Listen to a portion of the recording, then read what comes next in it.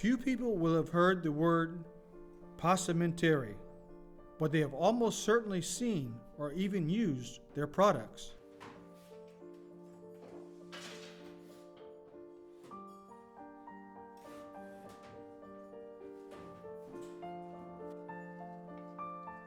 The trimming maker artists make borders, tassels, decorative buttons, strands, and decorative ropes by braiding different threads.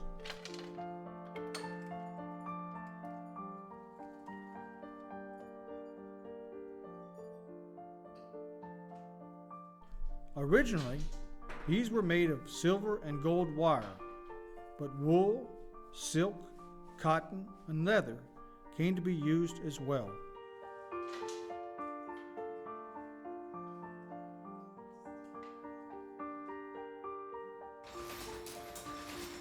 The trimming craft has its origins in the Middle East and Asia.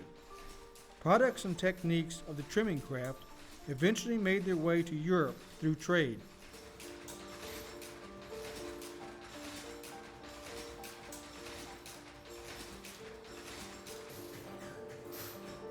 The first simple gold braids made in the Rhineland that survived were made in the 10th century.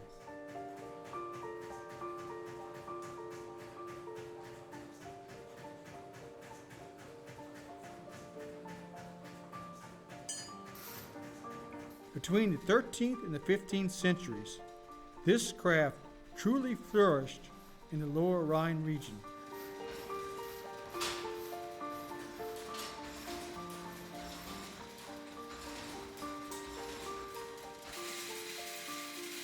The products were first used only to decorate the clothes of princes and high church dignitaries, but they also made their way into the wardrobes of the wealthy and knights. When silver mining in central Germany experienced a crisis in the 16th century, many of the former miners turned to making trims.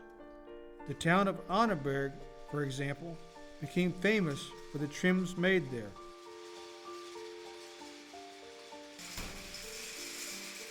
The 19th century proved to be the heyday of the trade in this region, where they even exported their products to America.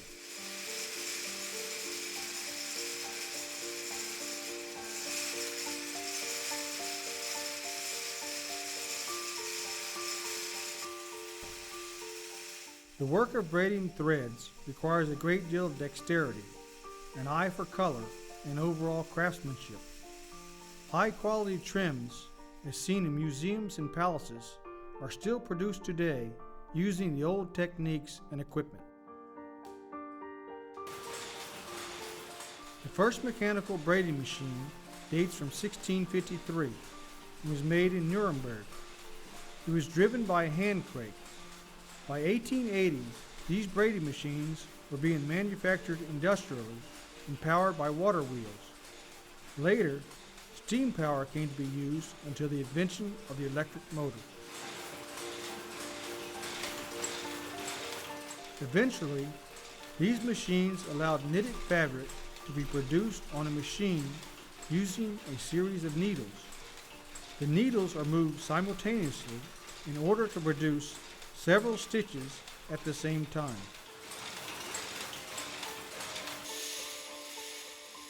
A rope machine consists of two opposite parts between which the threads for the ropes are clamped.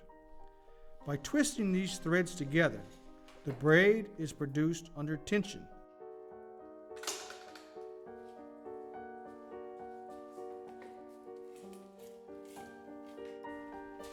What started out as hand-cranked braiding machines is now done with electrical powered ones.